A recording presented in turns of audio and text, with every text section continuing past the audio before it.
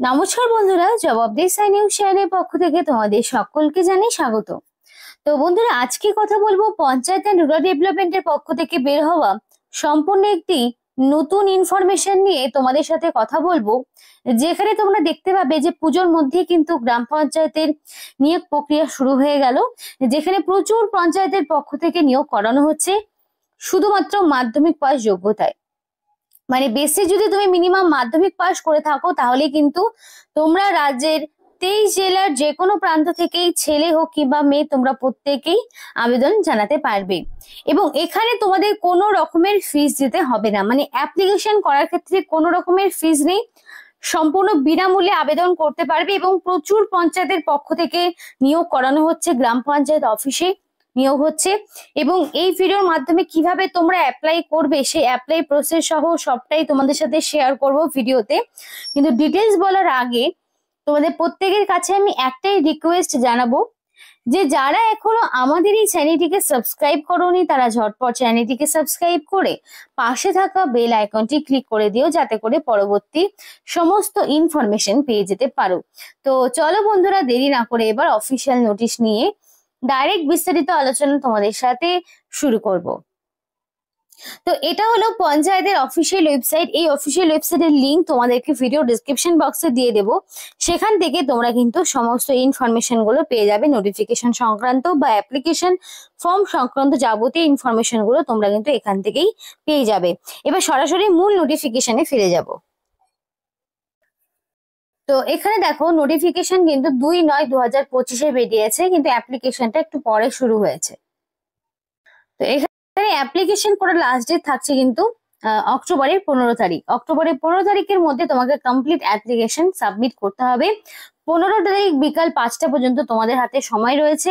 এখনো বেশ কিছুদিন সময় রয়েছে, তোমাদের কিন্তু 15 তারিখের মধ্যে কমপ্লিট অ্যাপ্লিকেশন করতে হবে। আর এই অ্যাপ্লিকেশনটা হবে অফলাইন অ্যাপ্লিকেশন, মানে অফলাইনের মাধ্যমে তোমাকে অ্যাপ্লিকেশন করতে হবে। যেহেতু অনলাইন অ্যাপ্লিকেশন নয়, সুতরাং তোমাদের কিন্তু কোনো রকম এডিটের সুযোগ থাকছে না। অর্থাৎ তোমরা যদি মনে করো যে ভুল ত্রুটি কিছু হলে তোমরা কারেকশন করবে, সেই সুযোগটা কিন্তু তোমরা পাবে না। তাই যখন অ্যাপ্লিকেশন করবে, সম্পূর্ণ সঠিক এবং নির্ভুল তথ্য দিয়ে অ্যাপ্লিকেশন করার চেষ্টা করবে। এবার অ্যাপ্লিকেশন তোমরা কিভাবে করবে একটু দেখে নাও, যে অ্যাপ্লিকেশন করার ক্ষেত্রে তোমাদের কি কি করণীয় রয়েছে। তো অ্যাপ্লিকেশন ফর্মটি খুব নির্ভুল ভাবে একদম তোমাদের হাতে কলমে অ্যাপ্লিকেশন ফর্মটি তোমাদের পূরণ করতে হবে। তো ফার্স্টেই থাকবে আবেদনকারীর নাম।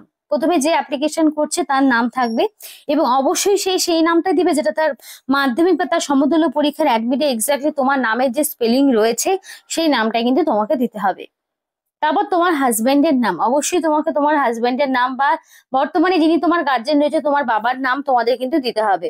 মানে বর্তমানে যিনি গার্জেন রয়েছে, যেমন কারো যদি হাজবেন্ড থাকে সে হাজবেন্ডের নাম দেবে, যার হাজবেন্ড নেই মানে যারা অবিবাহিত তারা তাদের বাবার নাম দেবে।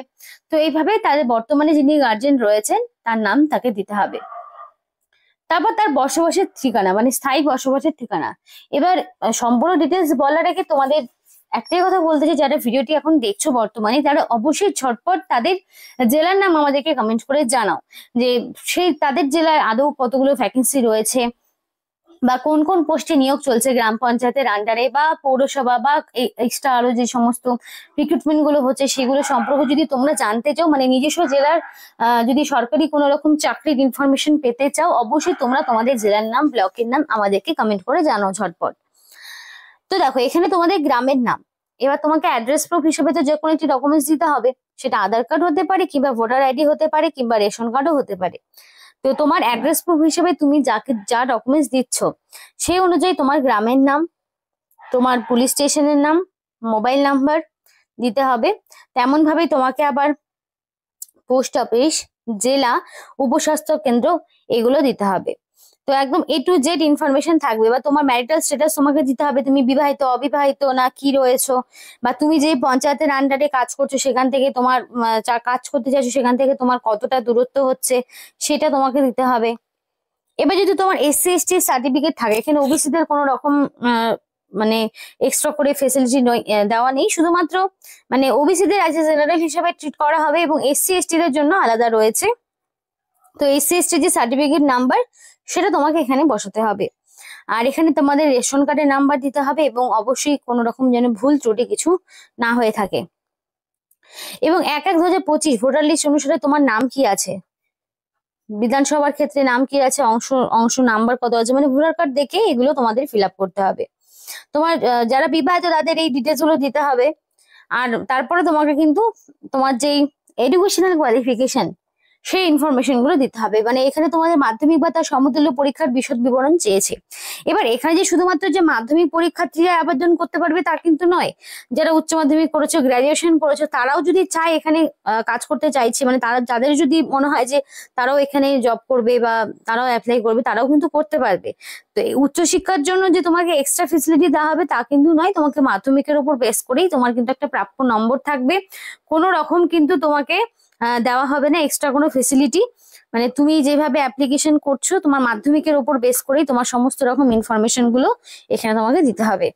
তো এখানে দেখো একটা অপশন রয়েছে মাধ্যমিক, তো নাম তো দিলে পরীক্ষার নাম কি, মানে West Bengal board of secondary education, তো বোর্ডের নাম তোমাকে দিতে হবে। তারপর মাধ্যমিক পরীক্ষার বছর, কত বছর কোন বছরে পাশ করেছো, মোট নাম্বার কত ছিল, তুমি কত পেয়েছো, পার্সেন্টেজ কতটা হচ্ছে, সেগুলো তোমাকে কিন্তু এক এক করে দিতে হবে। এবার দেখো তোমার উচ্চতর শিক্ষাগত যোগ্যতা, উচ্চ মাধ্যমিক থাকতে পারে, কারো স্নাতক থাকতে পারে, স্নাতকতর থাকতে পারে, যদি থাকে উল্লেখ করো, যদি না থাকে তুমি নাও করতে পারো, সেটা তোমার উপর সবটাই ডিপেন্ড করবে। এবার কিছু ডকুমেন্টস তোমাকে দিতে হবে এবং সেই সমস্ত ডকুমেন্টস গুলো অবশ্যই তোমাকে সেলফ অ্যাটাস্টেড করতে হবে। মানে সেলফ অ্যাটাস্টেড ছাড়া ডকুমেন্টস এর কোনো রকম কোনো ভ্যালিডিটি নেই, তাই অবশ্যই সেলফ অ্যাটাস্টেড করে দিতে হবে। মানে প্রত্যেকটি ডকুমেন্টস জেরক্স করবে, জেরক্স করে তার নিচে তোমার একটা হ্যান্ড রাইটিং, মানে তোমার রানিং হ্যান্ড রাইটিং এ ফুল সিগনেচার থাকবে।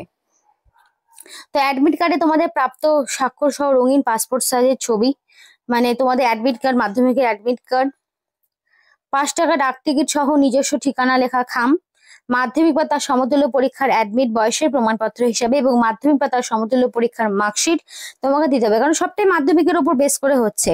তারপর যদি তোমার SC ST ডকুমেন্টস থাকে, SC ST যাদের নেই তাদের তো কোনো রকম ডকুমেন্টস দেওয়ার ব্যাপার নেই, যারা জেনারেল বা OBC রয়েছে তাদের কোনো রকম সার্টিফিকেটের প্রয়োজন হচ্ছে না, শুধুমাত্র যারা SC ST রয়েছে তাদেরই দিতে হচ্ছে। ভোটার আইডি তোমাকে দিতে হবে, তোমার ভোটার আইডিটা যেহেতু ভোটার আইডির নাম্বার চেয়েছে, তো ভোটার কার্ডের নাম্বার, মানে ভোটার সচিত্র পরিচয়পত্র, রেশন কার্ডও চাইলে তুমি দিতে পারো যদি ভোটার আইডি তুমি দিতে না চাও। তো যাই ডকুমেন্টস দেবে না কেন সেগুলো সবই সেলফ অ্যাটাস্টেড করবে। তো এইগুলো তোমাকে দেওয়ার পরে লাস্টের দিকে তোমাদের সিগনেচারের ব্যাপার থাকে, যদিও এখানে সেটাতে দেখছি না। তো এখানে পরিষ্কার যেমন বলা রয়েছে যে সঠিকভাবে আবেদনপত্রটি পূরণ না করলে আবেদনপত্র কিন্তু বাতিল হবে। তো সেক্ষেত্রে সঠিকভাবেই পূরণ করবে, কোনো রকম কাটাকাটি করবে না, একদম ক্লিয়ার হ্যান্ডরাইটিং এ ফর্মটি পূরণ করবে। তো এখানে কিন্তু 3টে নোটিফিকেশন রয়েছে, কারণ প্রচুর গ্রাম পঞ্চায়েতের পক্ষ থেকে কিন্তু বিজ্ঞপ্তি জারি হয়েছে। তো আমি যতটা পারছি দেখানোর চেষ্টা করছি কোন কোন গ্রাম পঞ্চায়েত রয়েছে। এখানে পঞ্চায়েতের নাম, সাব সেন্টার, লোকেশন সম্পূর্ণ দেওয়া রয়েছে। তো বড়া নিমপুকুর বলে একটি জায়গা, বড়া এখানে বাঘের, তো এখানে বড়া বর্গাক্ষেত্রী পাড়া বলে একটি জায়গা। তারপরে তোমাদের এখানে বড়াই পাহালামপুর বলে একটি জায়গা। তো এখানে বড়াইয়ের আরো একটি জায়গা তোমাদের নিয়োগ করা হচ্ছে, পাহালামপুর বলে KGD। তারপরে বিঘাটি বলে একটি জায়গা। তারপর তোমাদের এখানে বারুইপাড়া পালতাগড়া বলে একটি জায়গায় তোমাদের নিয়োগ করা হচ্ছে। আরো একটি নোটিফিকেশন ওপেন করলাম, সেখানে দেখো এখানে তোমাদের পরিষ্কার বলা রয়েছে হরিপাল আশুতোষ গোপালনগর শিববাটি বলে একটি জায়গা, হরিপাল সহদেব মুসাপুর অবিরামপুর বলে একটি জায়গায় সেখানে নিয়োগ হচ্ছে। তো এইভাবে কিন্তু বিভিন্ন নোটিফিকেশন রয়েছে। তো এখানে কিন্তু প্রচুর এরকম নোটিফিকেশন তোমরা দেখতে পাবে, আরো আছে যেগুলো একবারে তোমাদের সব দেখানো সম্ভব হলো না, কিন্তু সবগুলো কিন্তু 15-10-2025 মধ্যে তোমাকে কমপ্লিট অ্যাপ্লিকেশন সাবমিট করতে হবে। তো নিয়োগটি এক্স্যাক্টলি কোন জেলা থেকে বেরিয়েছে সেটা তোমাদেরকে এবার দেখাবো। নিয়োগটি তোমাদের কিন্তু হুগলি জেলার পক্ষ থেকে বেরিয়েছে, মানে এটা কিন্তু হুগলি ডিস্ট্রিক্টের পক্ষ থেকে বেরিয়েছে, হুগলি ডিস্ট্রিক্টের বিভিন্ন রকম পঞ্চায়েতের পক্ষ থেকে, মানে 60টিরও বেশি পঞ্চায়েতের পক্ষ থেকে হুগলি ডিস্ট্রিক্টে নিয়োগ হচ্ছে। তো তোমরা হুগলি ডিস্ট্রিক্টের যে অফিসিয়াল ওয়েবসাইট সেখানেও যদি যাও সেখান থেকেও তোমরা কিন্তু সমস্ত নোটিফিকেশন গুলো পেয়ে যাবে। তো পশ্চিমবঙ্গ সরকার সমষ্টি উন্নয়ন আধিকারিকের করণের পক্ষ থেকে নিয়োগটি করা হচ্ছে। নোটিফিকেশন তোমাদের 2 তারিখে বেরিয়েছে সেপ্টেম্বর মাসের, এবং 15 তারিখ পর্যন্ত, 15 অক্টোবর হচ্ছে অ্যাপ্লিকেশন করার লাস্ট ডেট। ফিস দিতে হচ্ছে না, কোনো রকম ফিস নেই। তো এই যে ঠিকানাগুলো রয়েছে এখানে কিন্তু তোমাকে পাঠাতে হবে। তো অবশ্যই সেটা অফিসকালীন যে সময়, সেই সময়ের মধ্যে তোমাকে যেতে হবে।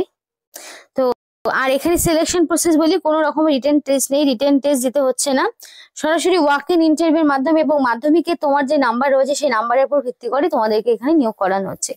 তো এই ছিল আজকে সম্পূর্ণ ভিডিও। ভালো লাগলে অবশ্যই লাইক এবং চ্যানেলটিকে সাবস্ক্রাইব করো, আমাদের সাপোর্ট করো, আমাদের সাথে থেকো, পাশে থেকো। ভিডিওটি সম্পূর্ণ দেখার জন্য তোমাদের সকলকে জানাই অসংখ্য ধন্যবাদ।